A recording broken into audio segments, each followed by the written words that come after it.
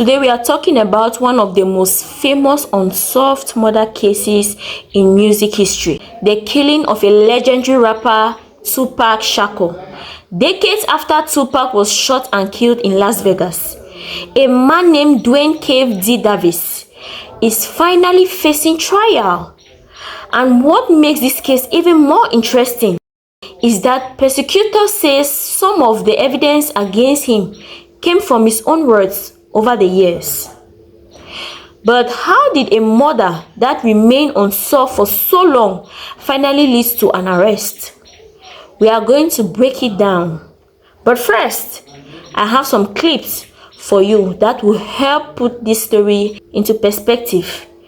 Let's watch them and then we'll be back for our commentary. 30 years after Tupac Shakur was killed, someone is set to go on trial for his murder. And prosecutors say some of their most important evidence came from the man they charged because he spent years talking about the killing himself. What has revisiting that night back in 1996, or that period in 1996, been like for you?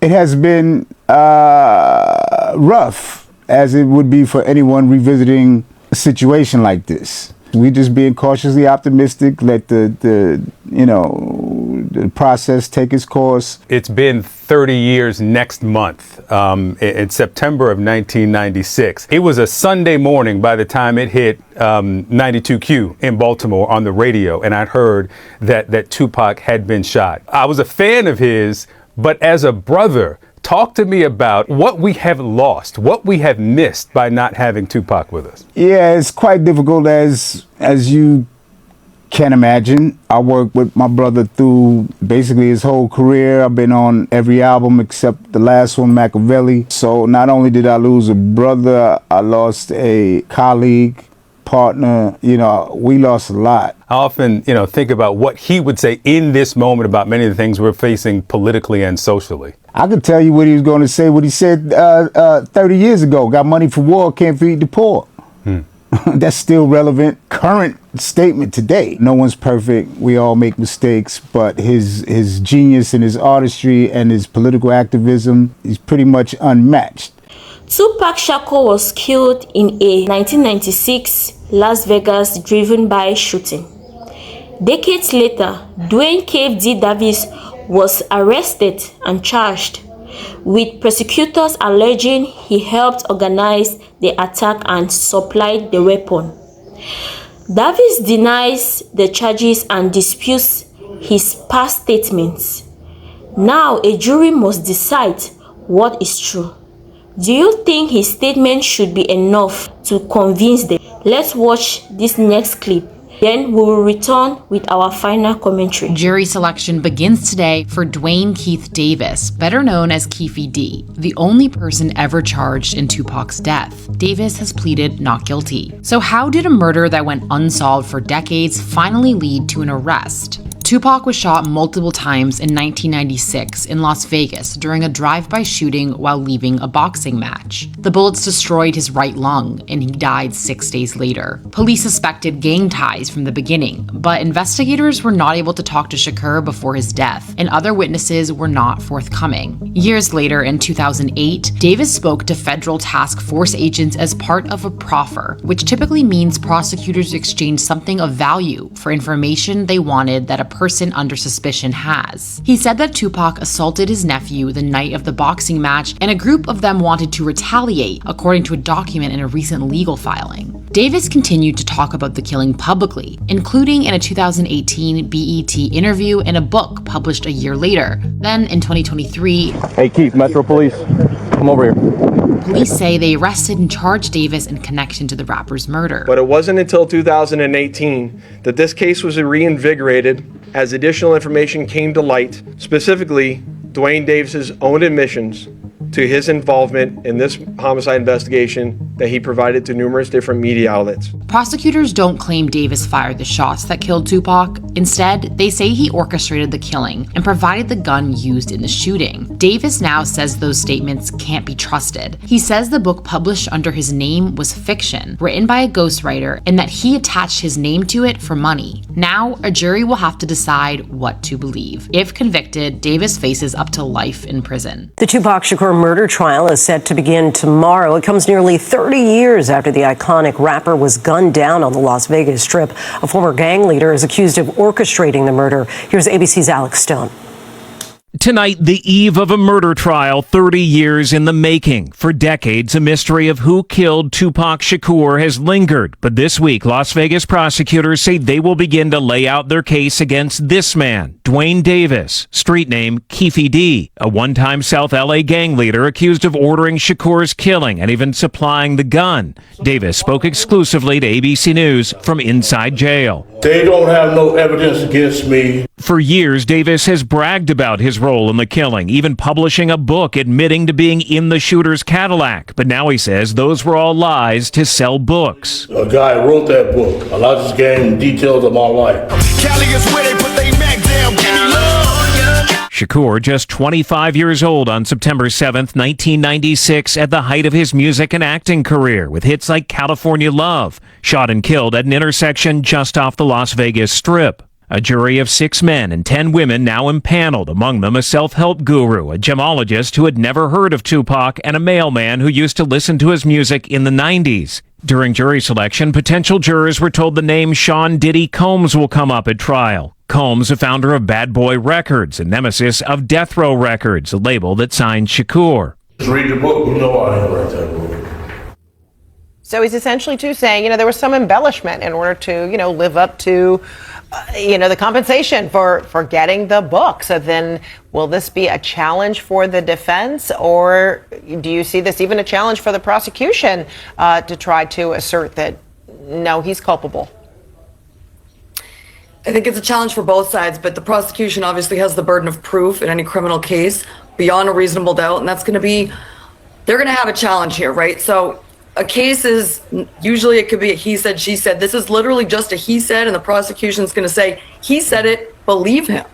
So the prosecution is going to have to further corroborate what he said with other pieces of evidence, whether he told other people from the search of his house. Did they recruit? Did they have any computer forensics, like handwritten notes, something equivalent to a diary entry that could show that he actually did do these things, as opposed to just did this for entertainment value for a book? So they will have a challenge there. Opening statements begin tomorrow in the murder trial of Duane Keffe D. Davis, the man accused of orchestrating the killing of Tupac Shakur. Authorities allege Davis conceived a plot to get revenge on the rapper and Death Row Records CEO Suge Knight, but Davis claims he wasn't in Las Vegas on the night Tupac was shot. CNN's Nick Watt has the very latest. Hey, Keith, Metro Police, come over here. Keffe D was arrested 3 years ago. So what they got you for, man? Biggest case in Las Vegas history. Oh, yeah? The shooting, the killing of Tupac Shakur at a stoplight in Vegas late one night after a Mike Tyson fight nearly 30 years ago. Here's what prosecutors will argue, detailed by a homicide detective just after Duane Davis, Keffe D's, arrest. As we all know, Tupac Shakur was an artist who was signed with Death Row Records. And that Death Row Records and its CEO, Marion Suge Knight, were closely affiliated with the Mob Piru criminal street gangs, and that they had an ongoing feud with the Southside Compton Crips. Duane Davis was the leader and shot caller of the Southside Compton Crips. Members of both gangs were, say police, at the Tyson fight in the MGM Grand that night, and afterwards, in the lobby, Tupac, Knight, and others spotted Keffe D's nephew, Orlando Anderson, and beat him up. Duane Davis began to devise a plan to obtain a firearm and retaliate against Suge Knight and Mr. Shakur. Anderson, his uncle Keffe D, and 2 other men allegedly got into a white Cadillac and followed Knight and Tupac, who were in a black BMW en route to a club. unclear exactly who pulled the trigger. Some have said it was Anderson. Keffe D is the only man who was in that white Cadillac who is still alive. He's now 63. He was, they say, the shot caller, and under Nevada law, he can still be charged with murder. Within the first few months of the investigation, our detectives knew most of the information I just briefed you on.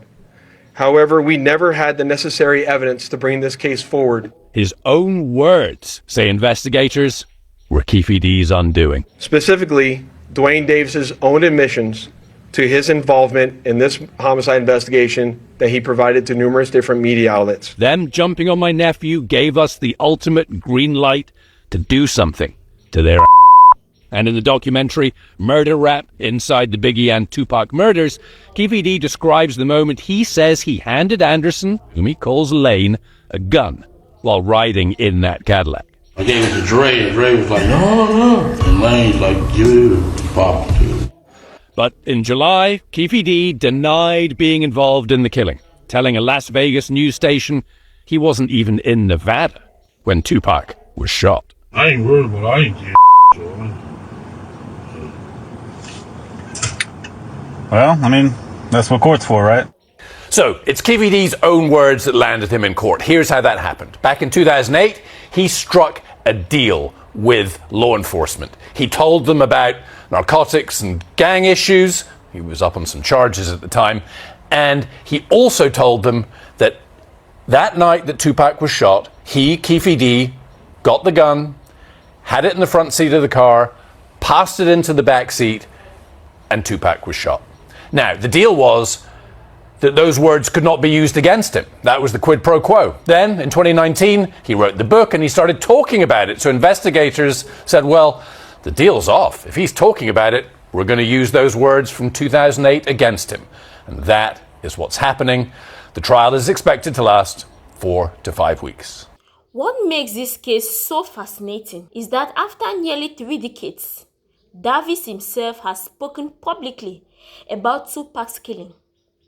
Yet, questions remain about how reliable these statements are. Now the jury must separate facts from claims and decide what really happened. Do you think Davis should be held responsible, or is there still too much uncertainty? Let me know in the comments. Please don't forget to like, subscribe, and turn on notifications for our next story. Thanks for watching.